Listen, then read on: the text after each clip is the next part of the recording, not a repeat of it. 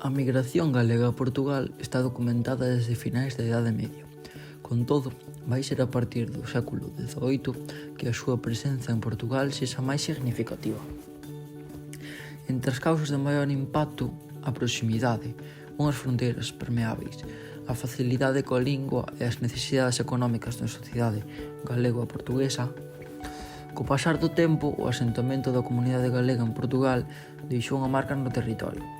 Actualmente, aínda é posible encontrar nomes de lugares, é dicir, toponimia, relacionada coa presenza galega ao sur do río Miño. En diferentes rexións, e concretamente na cidade de Lisboa, onde entre os nomes das rúas, barrios e prazas hai numerosos termos que fan referencia á presenza de comunidade galega neste lugar.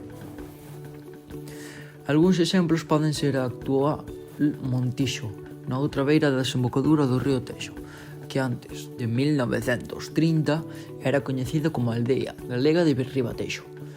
Como vemos, este lugar mudou o seu nome, mais mantén unha certa nostalgia pola súa historia, porque cada mes de setembro celebran a feira quiñentista da Aldea Galega, onde fan unha viaxe ao pasado rememorando unha cesión das terras de labraza do rei Sancho I aos cabaleiros da Orde de Santiago. Nun tempo, o século XIX, en que aínda estas terras mostraban no seu nome a relación cun asentamento de galegos. Outro exemplo da presenza galega foi tal que en Noxeado había unha praza chamada Illa dos Galegos. Acontece que actualmente a Illa dos Galegos xa non se conserva en Lisboa. Con todo, como no período colonial, moitos portugueses deron nomes de lugares que coñecían a outros que acababan de colonizar, fora de Portugal. Este microtopónimo consérvase nunha praza de Maputo, a capital de Mozambique.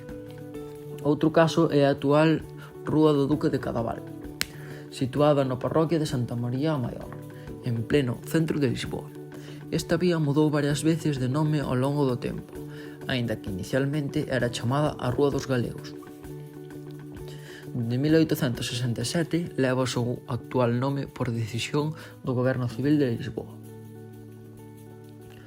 Como conclusión, podemos dicir que a toponimia é importante na preservación da memoria dun lugar. Os topónimos son unha forma de transmitir a historia dunha comunidade a xeracións futuras.